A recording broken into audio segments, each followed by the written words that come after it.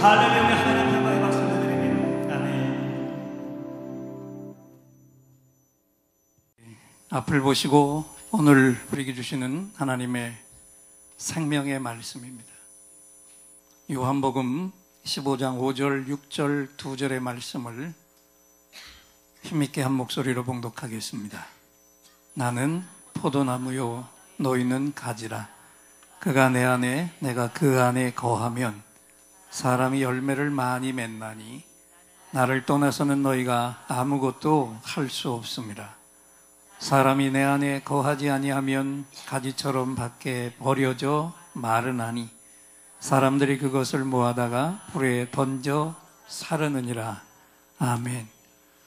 오늘도 말씀 받기 전에 옆에 분을 바라보고 이렇게 인사하겠습니다. 한 영혼 구원 위에 어떤 대가도 치르세요.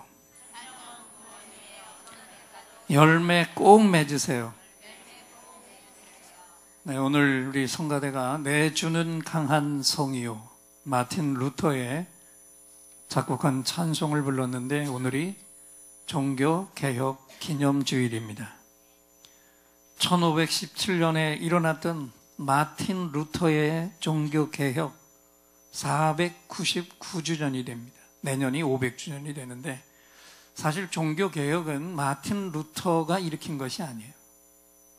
그 이전에 100년 전에 프라하 대학의 총장이었던 얀 후스라고 하는 분은 마틴 루터보다 100년 전에 이 종교개혁을 하고 결국은 처형당한 사람들이 100년 전에 있었어요.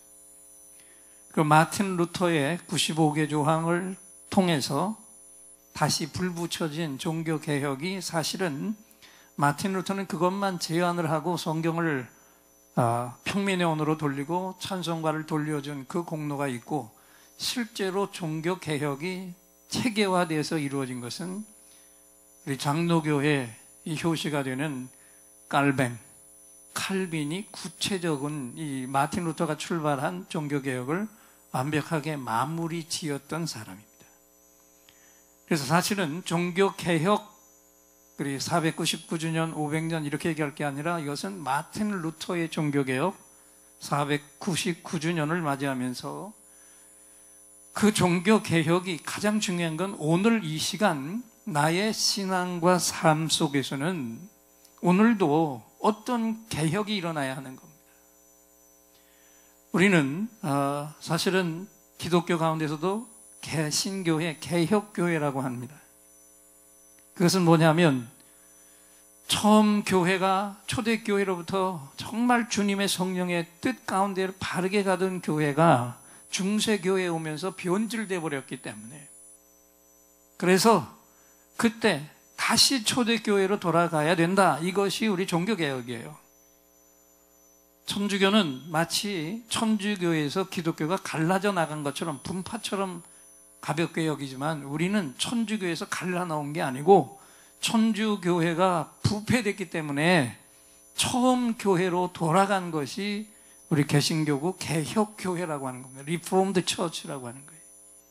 자, 그러면 오늘 우리는 그렇게 해서 세워진 개혁교회이기 때문에 지금도 우리 삶 속에서는 날마다 새로운 개혁이 일어나고 있어야 된다는 것입니다.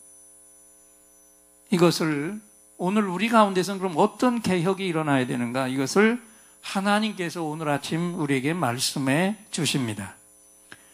먼저 오늘이 종교개혁 기념주일이기 때문에 먼저 종교개혁의 이 선구자 역할을 했던 마틴 루터가 어떤 사람이었나?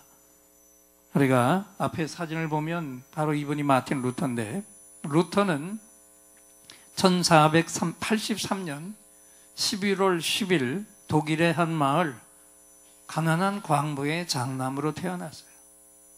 어머니 마가렛은 나무를 해다 팔았고 어린 루터는 집집마다 다니면서 창가에서 노래를 부르고 학비를 벌었는데 이 노래 재능이 아주 뛰어났습니다.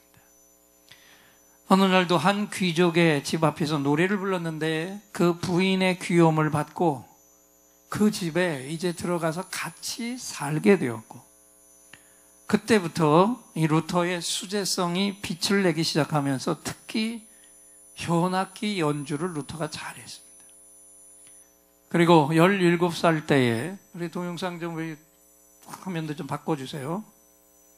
17살 때에 독일에서 가장 큰 에르푸르트 대학에 입학을 해서 3년 후에 학위를 획득했고, 변호사가 되기 위해서 대학원에서 법학을 연구하고 있었는데, 어느 날 이 학업을 다 마치고 집으로 돌아가는 과정 속에 그 폭우 속에서 벼락이 떨어지면서 함께 같이 걸어가던 친구가 죽어버리는 사고가 발생했어요.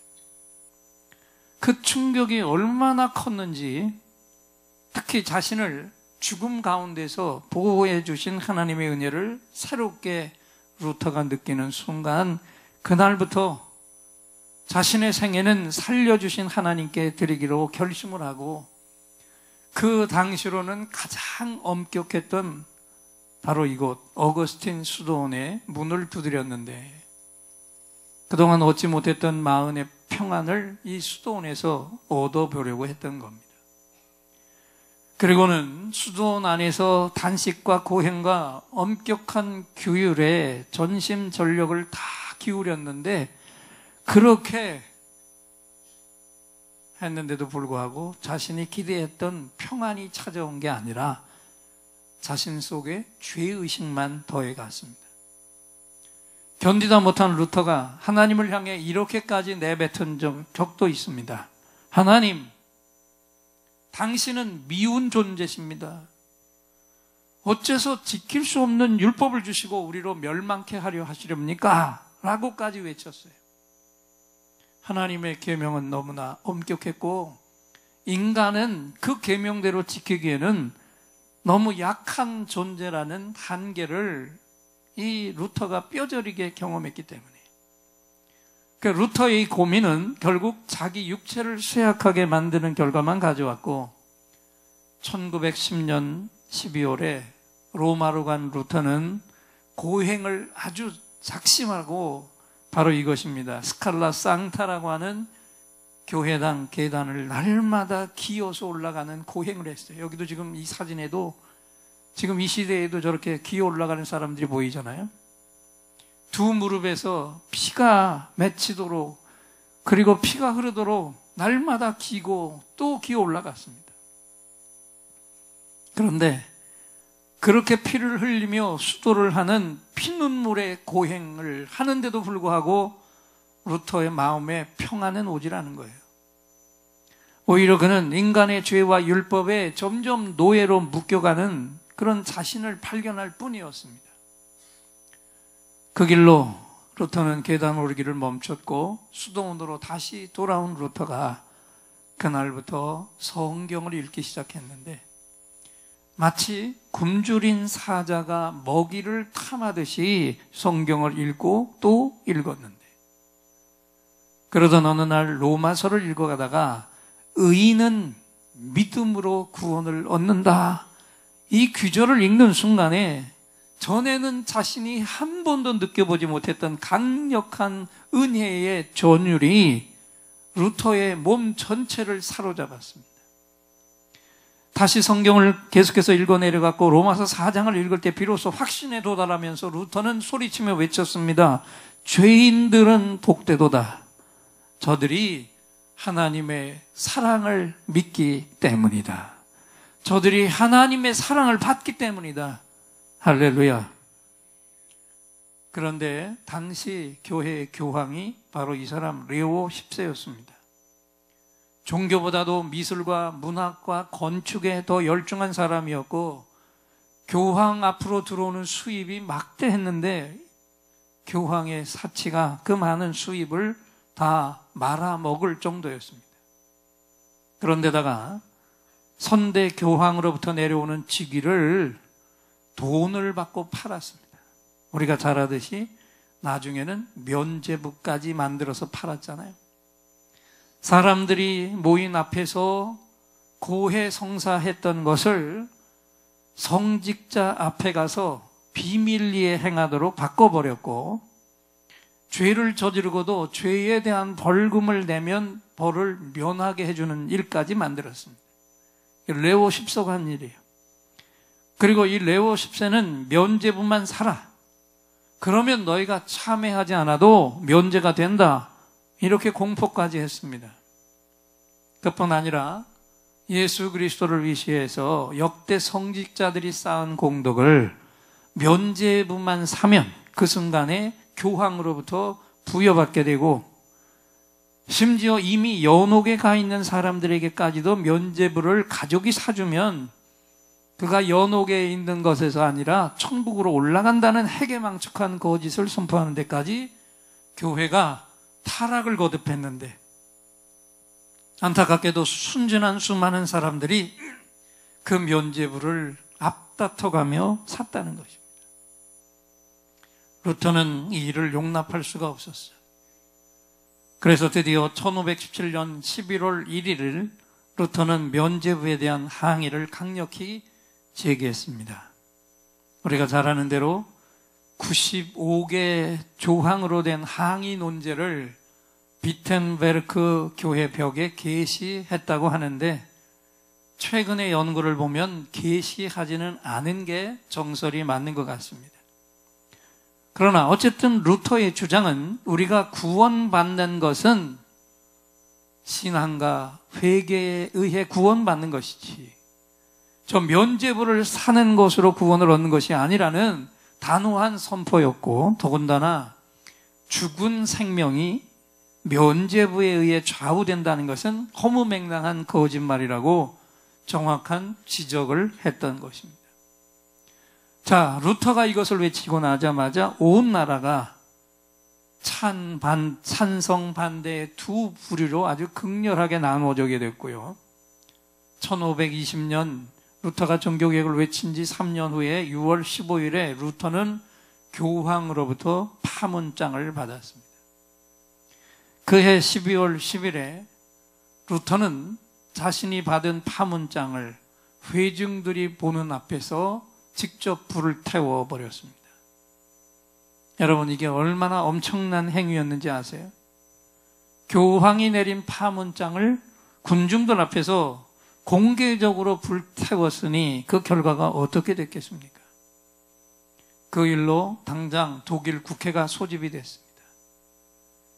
당시 독일 교회에 에크라고 하는 감독이 루터의 저서를, 그가 쓴 책들을 다 국회 앞에다 갖다 놓고 하나하나 이것은 이래서 잘못했고 저래서 잘못했다 힐난을 했는데, 그 앞에 선 루터는 이 들꽃 한 송이를 손에 들고 서 있었습니다. 이것은 굉장히 상징적인 행위였어요. 나는 들꽃 하나도 완벽하게 보호하시는 하나님을 의지하면서 불의와 당당하게 맞서겠다. 할렐루야. 마침내 그 감독은 루터에게 이 20권의 조서를 취소하겠느냐 못하겠느냐 대답을 촉구했는데, 루터는 하루만 시간을 달라 유예를 얻어가지고 물러나와서 그 시간부터 시작해서 밤을 새워가며 하나님 앞에 깊은 무릎을 꿇고 기도했습니다. 밤을 꼬박 새우고 동틀 무렵에 루터의 심중에 강한 힘이 솟아오르는 것을 느끼면서 그 힘을 의지해 국회로 달려갔습니다. 그리고 당당하게 선포했습니다. 사복음서와 선지자의 말씀에 의하여 나는 결코 나의 의견을 취소할 수 없다. 나의 배후에는 하나님이 살아 계신다. 할렐루야. 이 한마디를 던지고 국회에서 퇴장했는데, 당당히 걸어 나오는 루터를 향해 아무도 어떤 말도 하지 못했습니다. 회의는 속개됐고 결국 루터에 대한 체포령이 내려졌어요. 그날 루터는 국회를 박차고 나오는 길에 돌연 누구에겐가 납치가 됐고, 그날 이후로 루터의 행방은 아무도 알 수가 없었습니다. 여러분, 루터가 어디로 간 걸까요? 루터의 주장에 동조했던 색소니우 성주에 의해서 납치된 루터는 오히려 그날부터 은밀한 처소에서 이 성주의 보호를 받으면서 사제들만 읽을 수 있는 그 어려운 라틴어 성경을 독일 일반 평민들이 읽을 수 있는 그 언어로 번역하는 성경 번역 사업에 올인하게 되었습니다. 자르지 않은 머리의 수염에 무사복으로 위장한 루터를 알아보는 사람이 없었습니다. 그로부터 25년간 루터의 종교개혁 운동은 계속됐고 마침내 교황청에 의해서 그 유폐됐던 성경이 날개가 돋친 듯이 만 백성들 손에 들려지게 되었습니다. 할렐루야. 모든 평민들이 하나님의 성경을 다 읽을 수 있게 된 거예요. 루터는 하나님의 말씀인 성경을 그 특별한 사제들만이 독점하고 있는 그 손에서 빼앗아서 평민 백성들에게 하나님의 말씀을 돌려준 거예요. 그 외에도 오늘 찬송한 내주는 강한 성이여 외를 비롯한 37편의 찬송가를 지었고 63세에 하나님의 부르심을 입고 그 품으로 돌아갔습니다. 여러분, 어떻게 가난한 벽촌에서 태어난 한 젊은이가 권력도 가진 게 없는데 이렇게 엄청난 일을 해낼 수 있었습니까? 많은 사람들이 루터가 어떻게 이것을 성공했나 분석해보고 얻은 결론은 이것입니다. 루터에게는 특별한 비결이 있었던 게 아니었다. 오로지 하나님 한 분만을 철저하게 의지하면서 하나님의 말씀에만 충실하고자 하는 열정이 루터에게 있었다. 그는 하나님을 전적으로 의지한 일꾼이었다. 할렐루야. 여러분, 루터는 말씀의 사람이었습니다. 기도의 사람이었고 경건의 사람이었습니다. 성령 하나님의 도우심을 철저하게 의지하면서 모든 것을 기도로 시작하고 기도로 끝을 맺었던 사람이었어요. 여러분, 이 아침에 하나님의 음성을 똑똑히 들으시기 바랍니다. 기도가 얼마나 중요한지 아십니까? 기도는 지금까지 우리가 생각하고 있던 것보다도 훨씬 더 위대한 축복입니다. 아멘. 왜냐? 기도는 하나님과 가장 친밀한 관계에 그 속으로 깊이 들어가는 거예요. 그리고 하나님은 이 친밀한 관계를 그 어떤 것보다 소중하게 여기십니다. 그래서 기도는 우리의 상상을 초월할 만큼 하나님의 사랑과 능력을 우리가 경험하게 되는 강력한 통로인 것을 믿으시기 바랍니다. 여러분, 이 사실을 증명해 볼까요? 우리 주위에서 지금도 현재 엄청난 하나님의 축복을 받고 사는 사람들 중에는 어떻게 저런 사람이 저렇게 큰 축복을 받지? 의구심이 드는 사람들이 있습니다. 그것도 적게 있는 게 아니라 많이 있어요. 그들이 가진 성격이나 행위를 보면 어떻게 저런 축복을 저런 사람이 받을 수 있을까만큼 문제투성인데, 그런데 저들은 하나님의 축복은 엄청나게 받고 살고 있습니다. 도대체 그 이유가 무엇입니까? 어떻게 이럴 수 있습니까? 하나님이 불공평한 겁니까? 그런데 여러분, 이들에게는 공통점이 있습니다. 저들은 하나같이 다 기도를 열심히 하는 사람들이라는 거예요. 문제는 많은데 그럼에도 불구하고 기도는 강력하고 끈질기게 하는 사람들이라는 거예요. 그들의 삶을 보면 남들에게 여러 가지 피해를 주는 일이 종종 있는데도 그럼에도 불구하고 기도 하나는 절대로 내려놓지 않고 끝없이 부르짖는 사람들이었다는 거예요.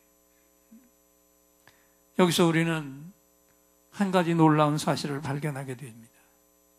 하나님은 기도하기를 즐겨하는 사람을 무진장 좋아하신다는 겁니다. 아멘. 우리 한번 따라해 볼까요? 하나님은 기도하는 사람을 무진장 좋아하신다.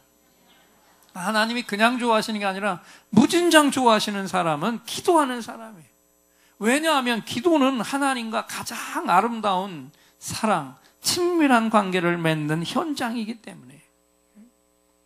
하나님은요, 우리가 큰 일을 행하는 것보다 먼저 하나님과 친밀한 관계를 맺는 것을 먼저 원하십니다. 그 후에 그 친밀한 관계 속에서 그분이 부어주신 능력을 가지고 나가서 일하라는 거예요. 그것이 결코 낭비가 아니고 더딘 것이 아니라는 것입니다. 바쁠수록 더 기도하고 엎드리라는 것입니다. 그것이 절대로 헛수고를 하지 않는 비결이라는 것이죠. 이것이 실제로는 종교개혁의 밑거름이었습니다. 그런데 많은 교인들이 이것을 착각하고 살아가고 있죠. 우리 예인교회 교우들도 예외가 아닙니다. 우리 교회 교우들은 목사인 저를 닮아서 성질은 다 좋고 괜찮은 분들이에요.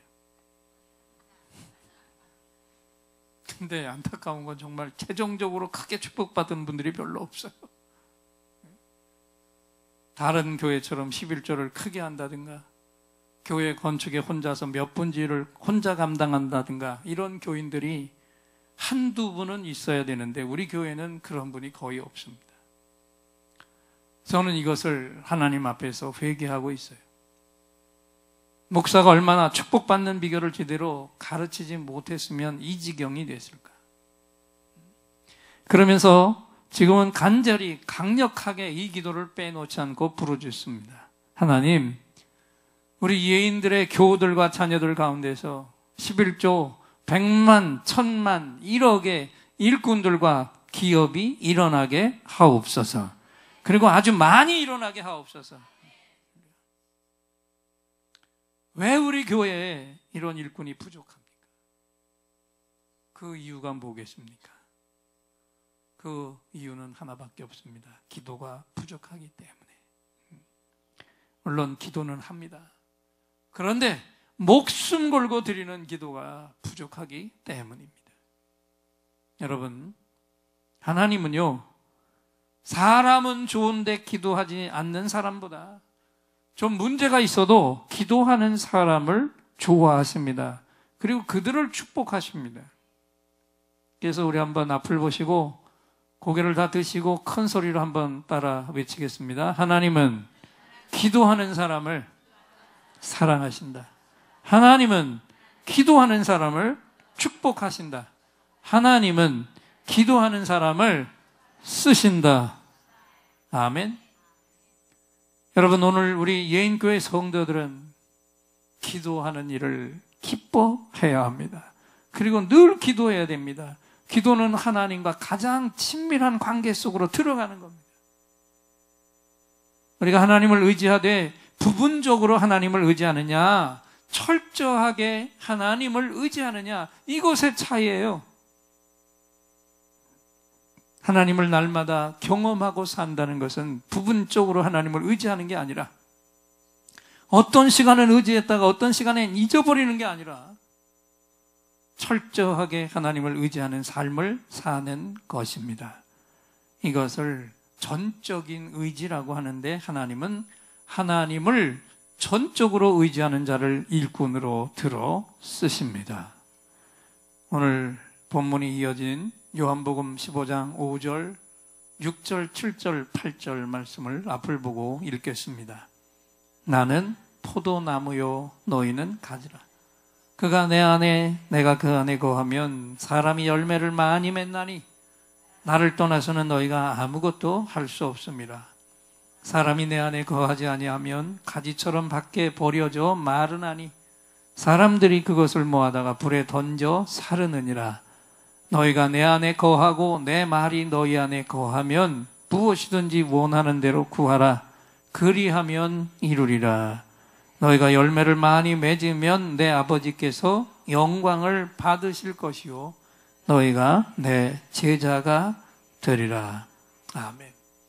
이 말씀 전체에서 잘 보세요. 계속해서 나타나고 있는 내 안에 거하고 라고 하는 말씀이 바로 기도를 포함한 하나님과의 모든 친밀한 관계를 그렇게 말씀하고 있는 거예요. 여러분, 한번 질문해 볼 텐데 생각해 보세요. 마틴 루터가 종교개혁을 시작했을 때 처음부터 끝까지 자기가 해야 할 개혁 사역을 계획표를 써서 다 붙여놓고 그 계획표대로 밀고 나갔을까요? 그랬을까요? 그러지 않았다는 것이죠.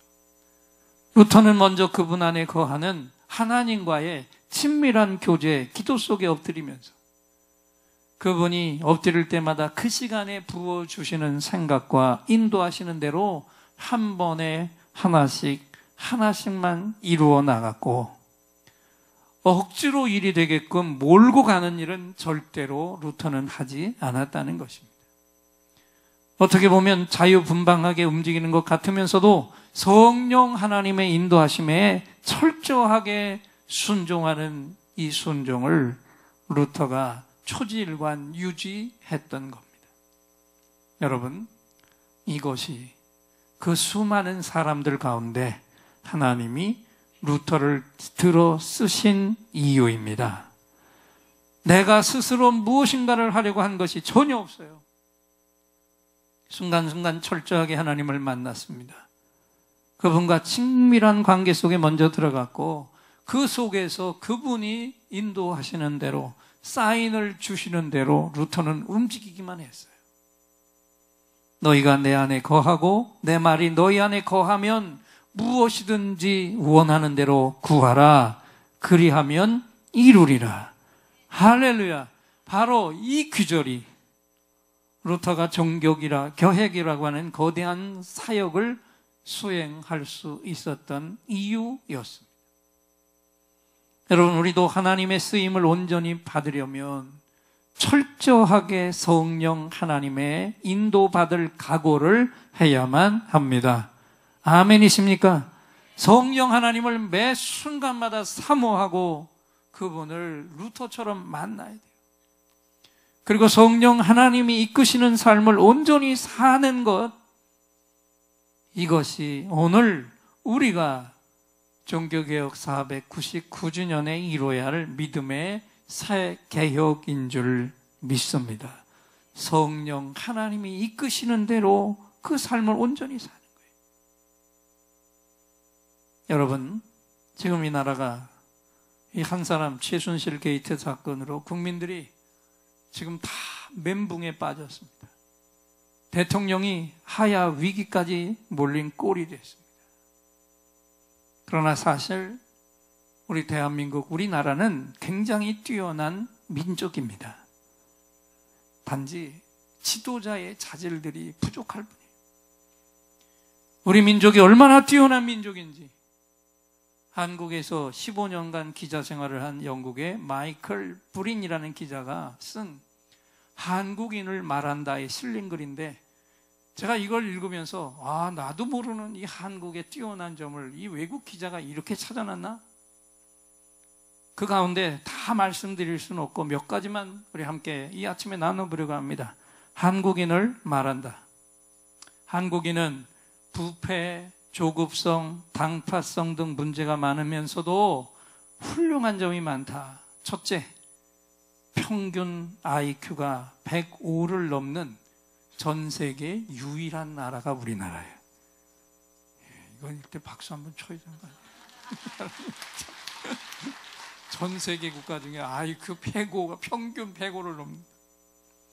또 둘째는 일하는 시간 세계 2위, 평균 노는 시간 세계 3위인 잠이 없는 나라. 참, 제가 새벽 기도 때도 이렇게 밖을 내다보면 그 시간에도 얼마나 많은 차량들이 새벽부터 움직이는지 몰라. 얼마나 부지런한 민족인지 몰라, 우리나라가. 근데 그게, 그러면 새벽에 일찍 오면 밤에 일찍 자야 되잖아요. 밤 늦게까지 차들이 돌아다닙니다. 그 잠은 언제 자고 일하는지 모르겠어요. 대단한 나라예요. 세 번째는 문맹률이 1% 미만인 유일한 나라예요, 전 세계에서. 또 네 번째는 미국과 제대로 붙어서 전쟁했을 때 3일 이상 버틸 수 있는 세계 8개국 중에 하나인 나라가 우리나라입니다. 우리는 3일 이상 미국과 붙어도 싸울 수 있습니다. 5번째는 세계 2위 경제대국 일본을 발톱 사이 때만큼도 안 여기는 나라. 자, 이거 어디서 나오는 이 배짱인지 몰라요. 세계 2위 나라인데 일본은 발톱의 때만큼도 여기질 않는데. 6번째, 음악 수준이 가장 빠르게 발전한 나라. 전 세계 한류, K-한류 스타를, 바람을 일으킨 그런 나라고요.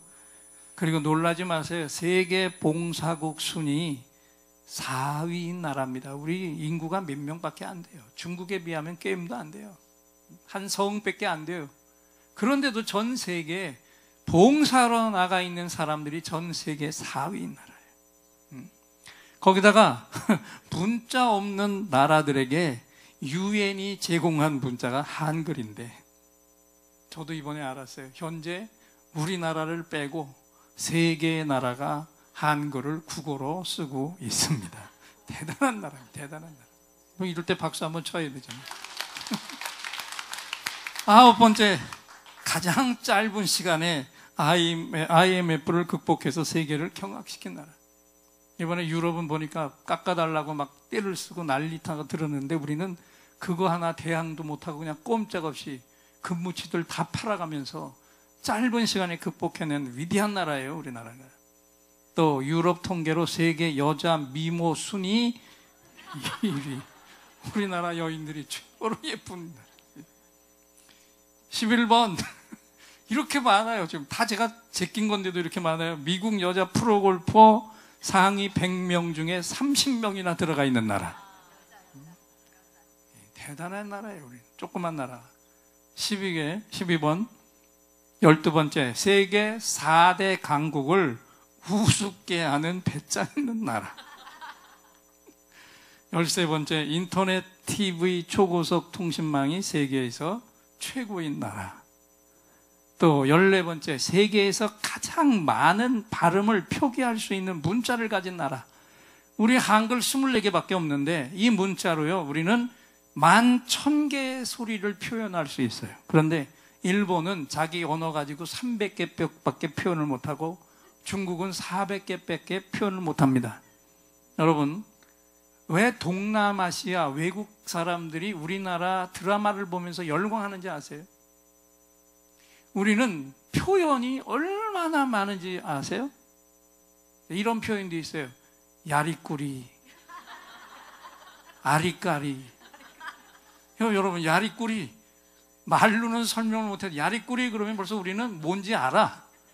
아리까리 그러면 비슷한데도 두 단어가 완전히 다른 걸 다 안다고요. 그러다 보니까 이 배우들이 어떤 것을 표현할 때 그런 섬세한 부분들을 우리는 다 알고 있기 때문에 그게 다 얼굴에 나타나는데, 다른 사람들은 그런 건 전혀 경험해 보지 못했는데, 도대체 저 사람들은 저런 표정을 어디서 지었는 거야? 이거 하늘에서 내려온 사람들인가? 우리나라가 이렇게 된 것은 정말 세종대왕이 대단한 분이에요. 대단한 분.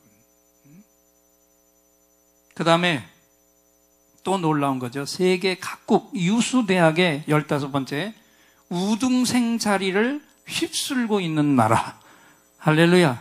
1위가 대한민국이고 2위가 이스라엘이고 3위가 독일입니다.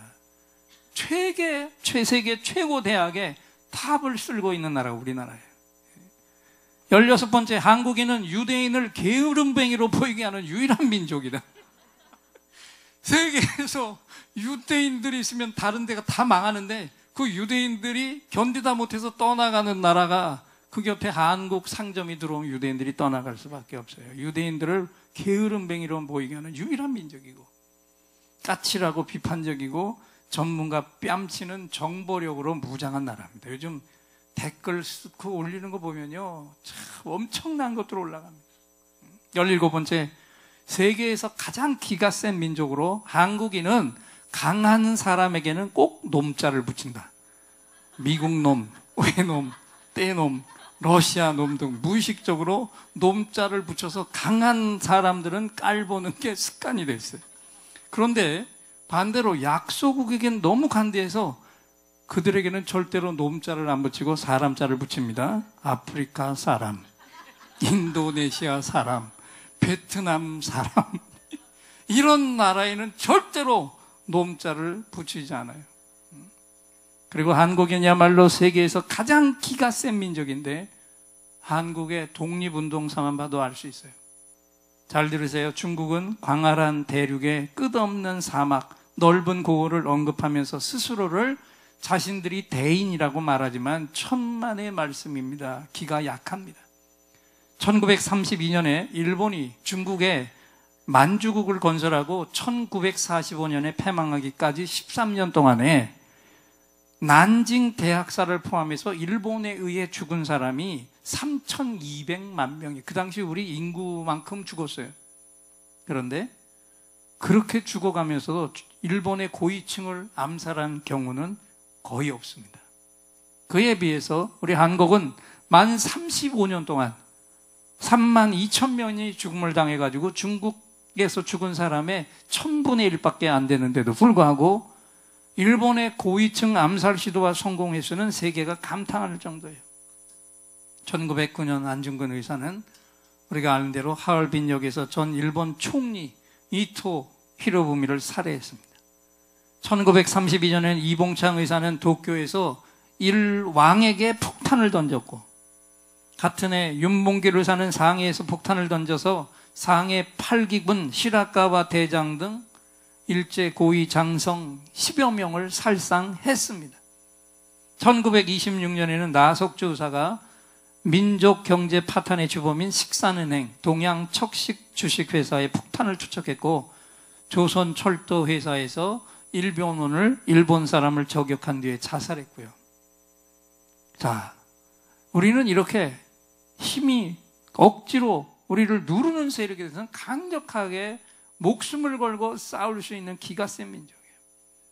마지막 20번째까지만 합니다. 1950년 해방 무렵에 한국은요, 파키스탄 제철 공장으로 키워나가고 필리핀으로 유학을 갔습니다. 이제는 거꾸로 그들이 한국을 배우러 옵니다. 그 당시에 1950년에 국력으로 치자면 전 세계 끝에서 두세 번째 하던 나라가 이제는 세계 8위권을 넘나들고 있습니다. 할렐루야. 자, 이제 길게 얘기했는데 우리 정말 하나님이 얼마나 우리를 사랑하죠. 정말 우리나라가 이거 저도 이번에 깜짝 놀라요. 얼마나 우리나라가 정말 대단한 나라인가 말이죠. 그런데 지금 이 나라가 전체가 지금 멘붕에 빠져버렸어요. 함량이 안 되는 자들이 나라를 농단하면서 상상도 할 수 없는 끔찍한 일이 일어났는데, 그렇지만 여러분, 우리나라는 반드시 이 시련을 딛고 일어설 것입니다. 왜요? 나라를 40년 동안이나 사탄의 사귀들이 쥐고 흔들었는데도 이만큼 유지됐다는 건 오직 하나, 하나님이 지금 이 시간에도 이 민족을 끔찍하게 사랑하시고 놓지 않으셨기 때문입니다. 할렐루야. 하나님이 마지막 때에 열방의 구원의 완성을 위해 이 대한민국을 쓰셔야 되기 때문에 이번에 터진 사건도 우리에게는 엄청난 충격이지만 이 시간에 이 암덩어리들은 터질 것은 다 터뜨려서 제거하고 이 나라는 깨끗하고 신실한 나라로 다시 세워주시려고 이 사건도 하나님이 일으켜주신 역사인 것을 믿으시기 바랍니다. 그렇기 때문에 여러분, 지금 이때에 우리가 할 일은 오직 무엇뿐이에요? 기도뿐입니다. 할렐루야. 합심된 기도가 필요해요. 흩어져서 기도하는 게 아니라 합심된 기도가 필요하다고요. 새벽 기도든 금요 기도든 중보 기도든 기도하는 자리를 예인들이 찾아 모여야 합니다. 그리고 합심해서 함께 부르짖어야 합니다. 제가 금요일 밤에 선포했습니다. 우리 특별히 권사님들은요, 기도하는 게 우선인데 새벽에도 못 나와, 금요일도 못 나와. 마음 괴로워하지 마시고 내년 500주년입니다. 1000번째 이루어야 되는, 부흥과 헌당을 이루어야 되는 때입니다. 갈등하지 마시고 정말 기도로 헌신할 수 없는 분들은 올해를 근거로 70이 안 돼도 은퇴하세요.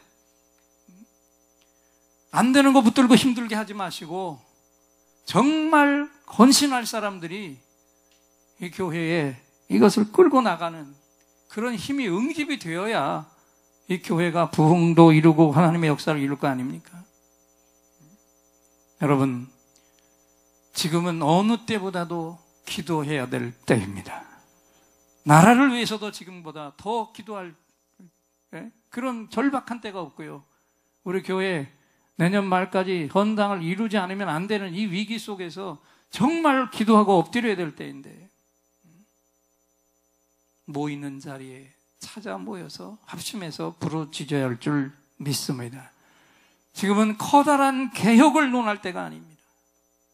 온 교회가 하나님의 영광 회복을 위해 합심해 기도하는 개혁, 이 단순한 개혁이 499주년 종교개혁 주일에 우리 예인교회와 한국 땅의 모든 교회 속에서 새 개혁으로 일어나야 할 줄 믿습니다.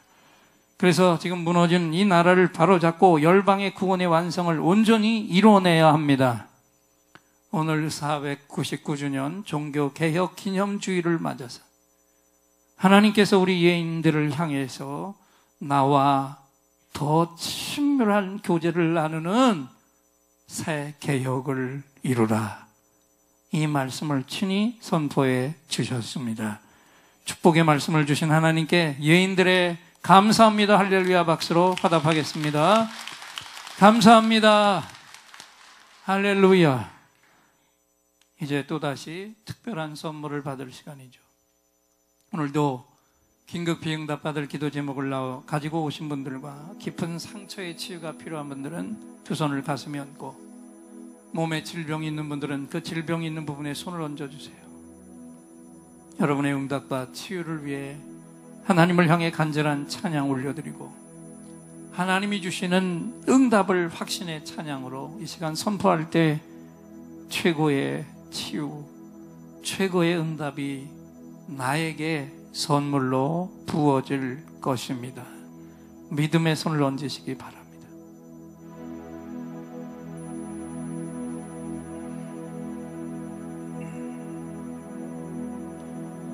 오늘 이곳에 성령님 오셔서 우리의 상처, 우리의 질병을 주여 우리의 영혼을 만지사 생명처럼 뛰게 하옵소서. 여기 이 시간 치유의 찬송을 마음의 귀로 영혼의 눈으로 오직 주님을 찾는 이 가슴에 영원하신 분을 만나리라. 아픈 사람들 여기에 있어요.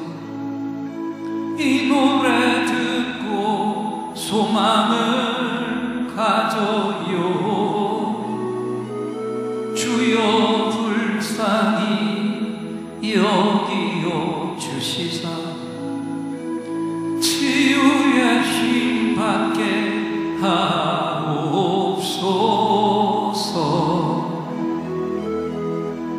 내가 너에게 치유를 주노라. 세상이 빼앗을 수 없는 치유를,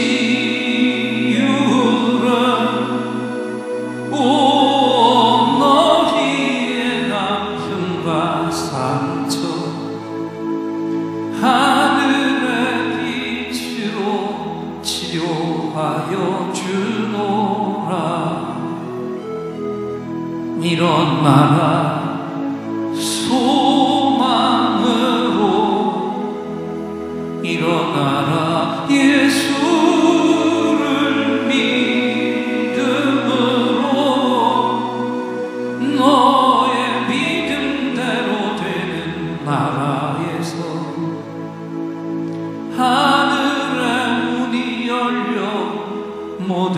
병이 사라지네. 하늘의 문이 열려 모든 문제 응답되네.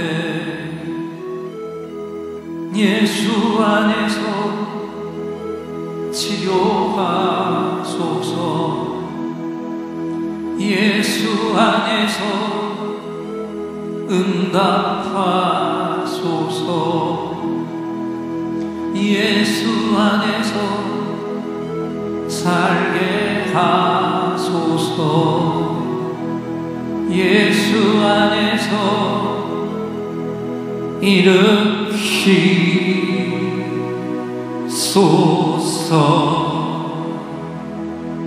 예수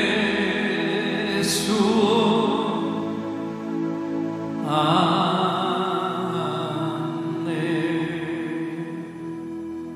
내가 채찍에 맞음으로 너희가 나음을 입었도다.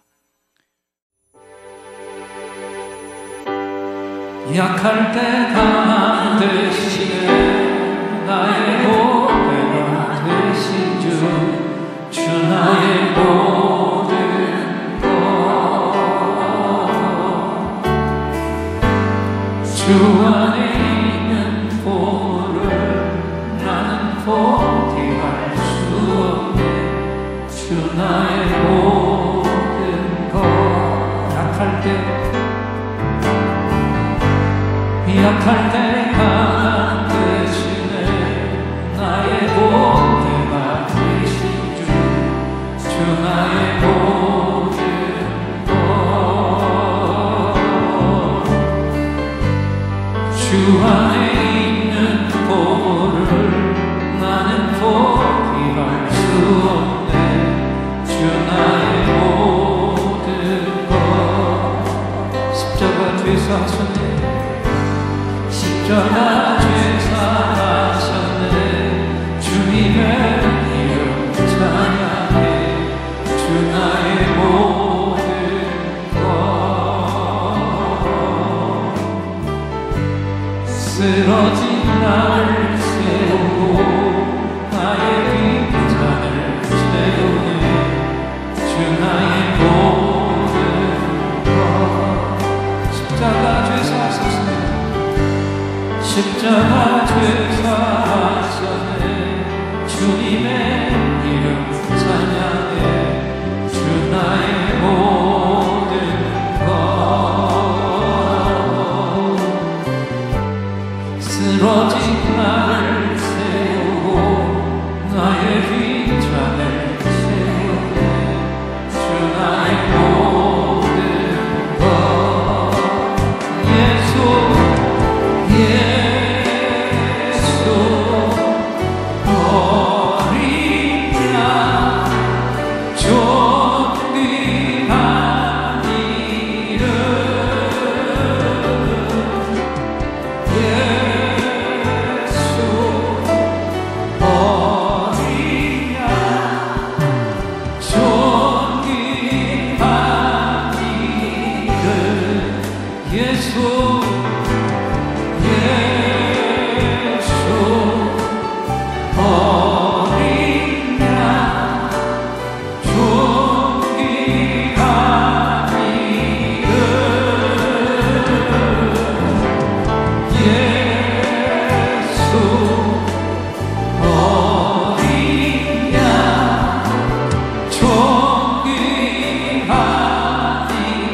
손을 높이 드시고 예수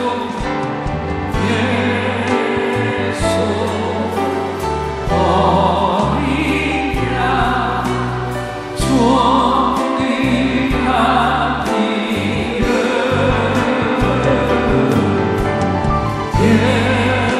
예수 어린 양